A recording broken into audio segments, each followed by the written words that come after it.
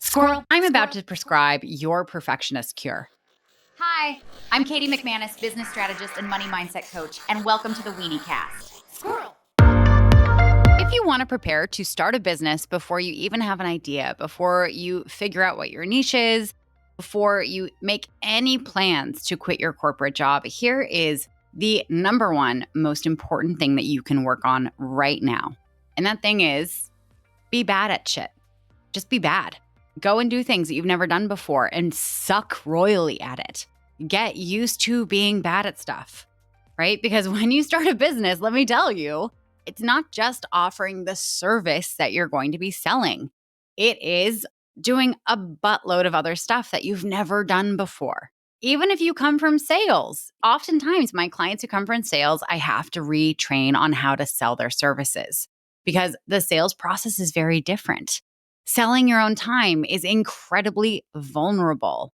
It feels like you're putting yourself up for a whole ton of rejection, which you are. That's the nature of sales. But if you're not used to being bad at shit, you're going to do it once and then say, I never want to do that again. And then you're going to quit. And then you're going to have to stay with your 9-to-5 job. And your dream of owning your own business is never going to come true.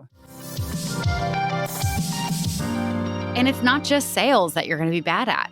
It's marketing. It's writing content for social media. It's creating video content for social media.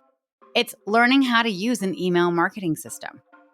It's understanding how to create a website or how to have someone else create a website and then knowing how to tell if it's good or not.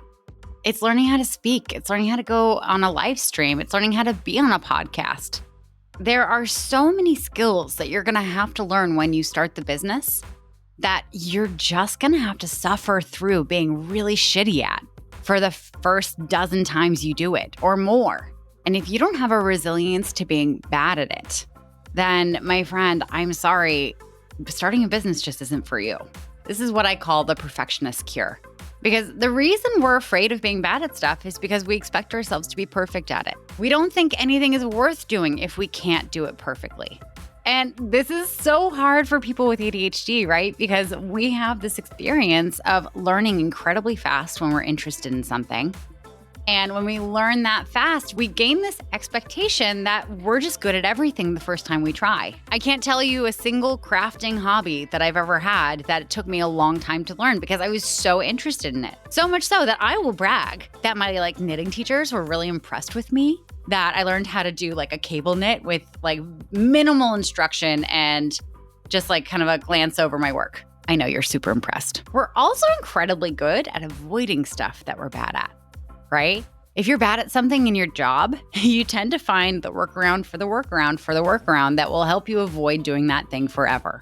Or, and this is true for many of us, I know, there's always that one task that you're bad at enough that your manager or your coworkers are like, don't worry, we'll do this for you because you cannot be trusted to do this well.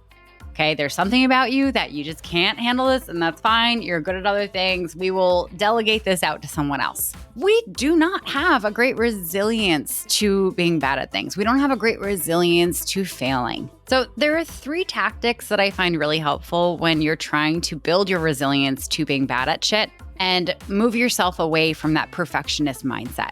And this serves you when you're starting a business. This serves you in jobs. This serves you in relationships. This serves you when you're trying to learn a hobby or how to do something like cooking. It serves you in the sports, which I have a little story about.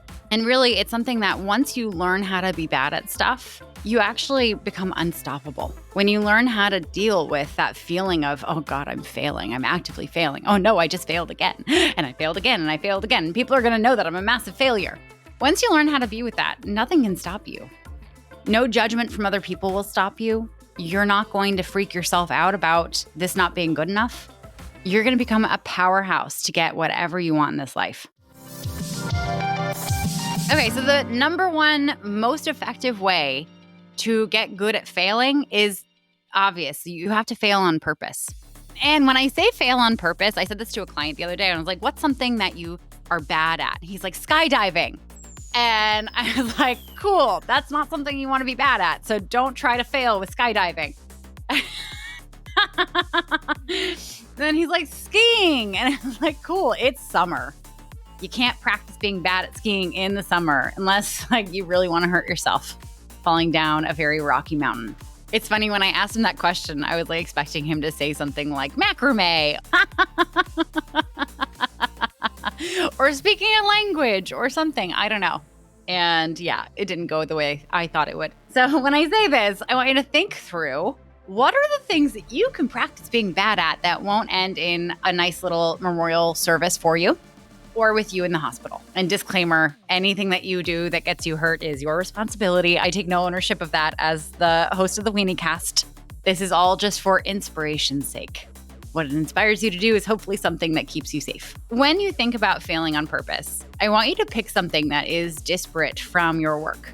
It is not associated with the thing that you want to do for your business. Because what we don't want to start doing is we don't want to start creating a story that you suck at the thing that you want to do. We want to give you something that is in a complete other sphere where you get to practice just being bad at something. If you listen to like 1 or 2 episodes of the Weeniecast, I bet you know that I know nothing about the sports. Half the time, I start a metaphor that involves sports and then I get confused halfway through, and then Neil has to go back and edit it so it sounds smart. It might surprise you to find out that I actually played tennis when I was a kid and when I was in high school. I was not popular on my own tennis team because I didn't play to win. I didn't really care about the competition of it. I just played to have fun. And my tennis partner, Jackie Blute, got really, really frustrated with me that I was trying to have fun with the other team and that I was being friendly with them and I wasn't like out for blood.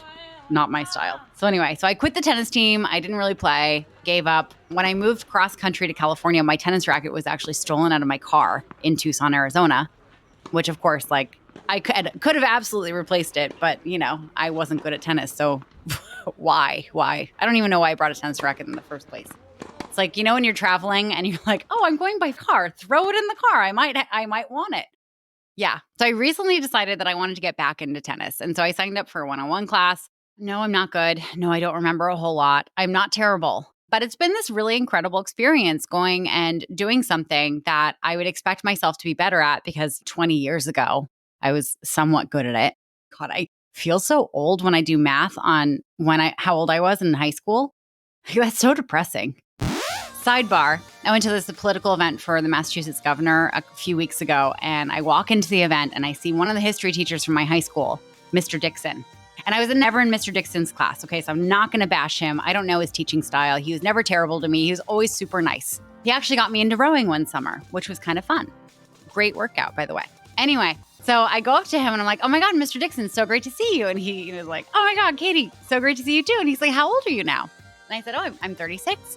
And he's like, wow, you're so old. And I was just like, I'm old.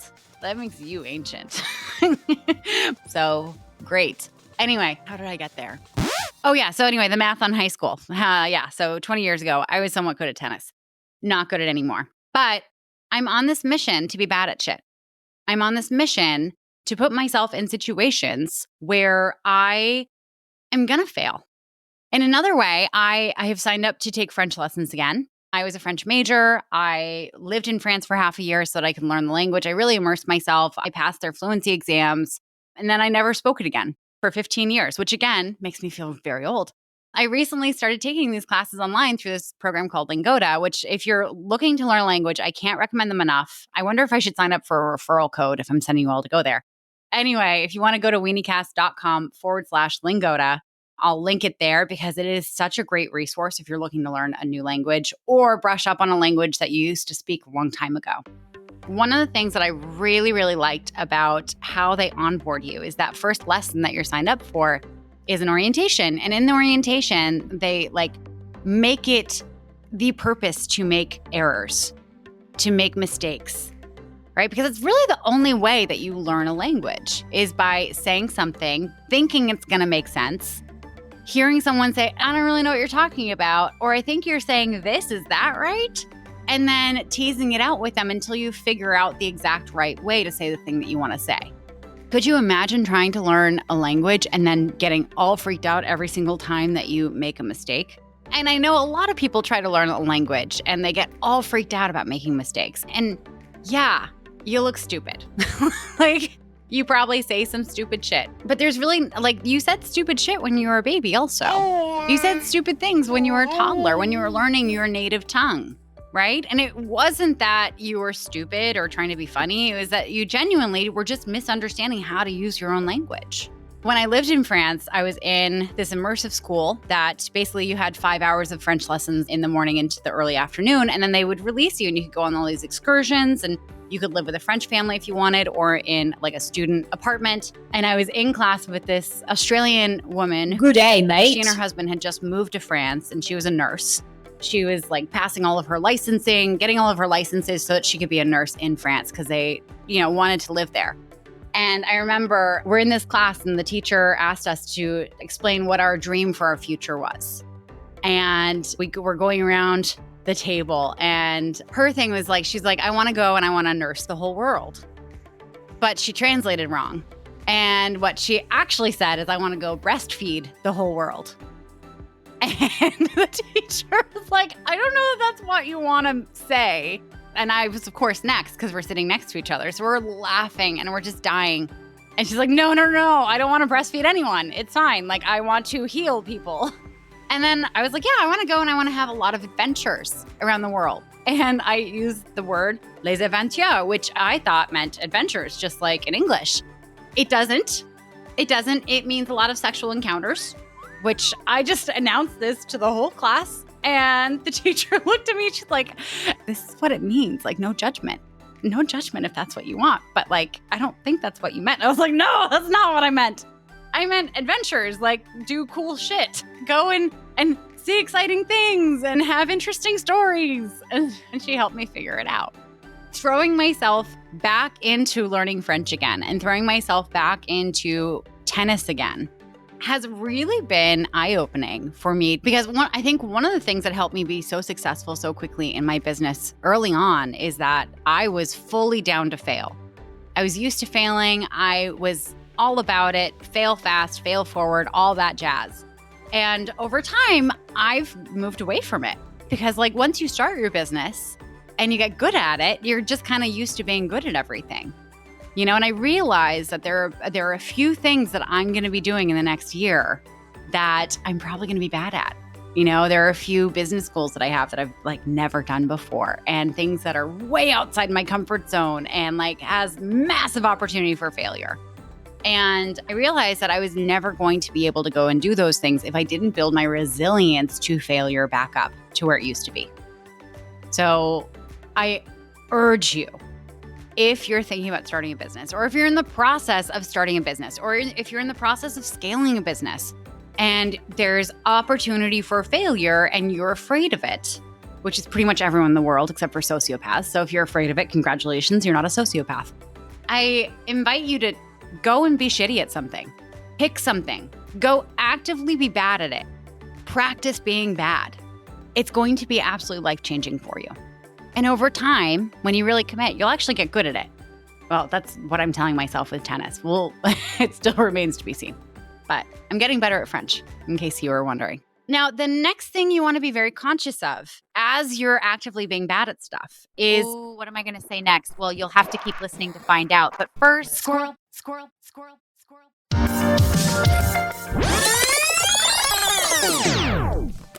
Now, the next thing you want to be very conscious of as you're actively being bad at stuff is correction, not punishment. So in French classes, when I say something wrong, the teacher corrects me. And when I say something wrong, I try to correct myself. I look for the correction. I'm not like determined to always be perfect, right? Because that's not going to help anyone. If my friend who was determined to be correct with her phrase saying that she wanted to breastfeed the whole world, could you imagine the conversation she'd have later in her career? Like she'd probably be fired from the hospital that she got a job at. They'd probably be like, I'm sorry, like you can't do that with patients. And she'd be like, what do you mean I can't nurse people? And they'd be like, no, it's so weird. Get out of here. Thinking she was planning on like going up to patients and trying to breastfeed them.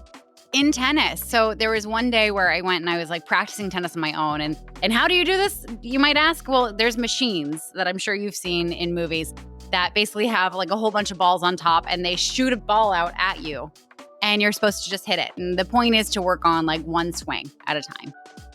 And so I rented a court and I rented this machine and I go to my little tennis club that I'm a member of.